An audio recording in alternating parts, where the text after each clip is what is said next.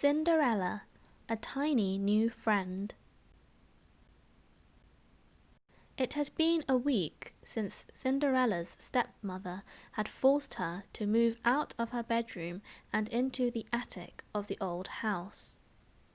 But still, Cinderella was not used to her new sleeping quarters. It was a cold, bare, lonely little room. The only other soul around to keep Cinderella company was a skittish little mouse who she had seen scurrying in and out of a hole in a corner of the room. She had always been fond of animals, and mice were no exception. But how could she let the little fellow know that he shouldn't be afraid of her? Well, thought Cinderella, he must be cold and hungry. So one day, at supper time, Cinderella slipped a piece of cheese into her apron pocket. And that evening, when her work was finished, Cinderella hurried up to her room and pulled out her sewing basket.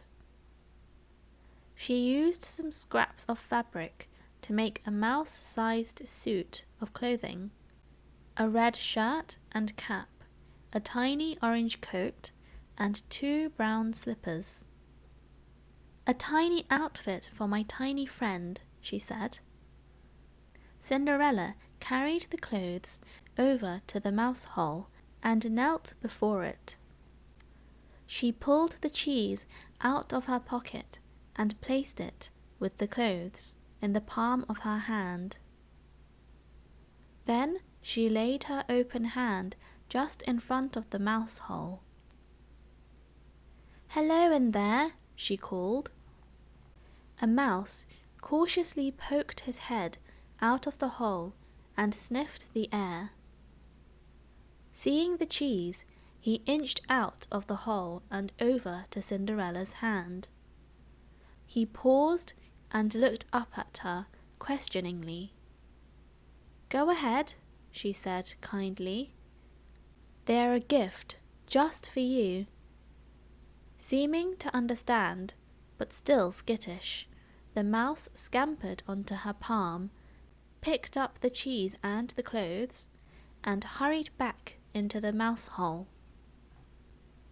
Cinderella chuckled, then waited patiently for a few minutes, still kneeling in front of the hole. "Well," she called after a short while, "let me see how they look on you." Timidly, the mouse came out in his new outfit. Cinderella clapped her hands. "Perfect," she said. "Do you like them?" The mouse nodded. Then he jumped, as if an idea had just occurred to him. He scurried back into the mouse hole. Cinderella frowned. Had she frightened him? But her worries vanished when the mouse reappeared, along with several other mice, who followed timidly behind him. "More friends!" Cinderella cried. She hurried to get her sewing basket, delighted to have found the warmth of friendship in the cold attic room.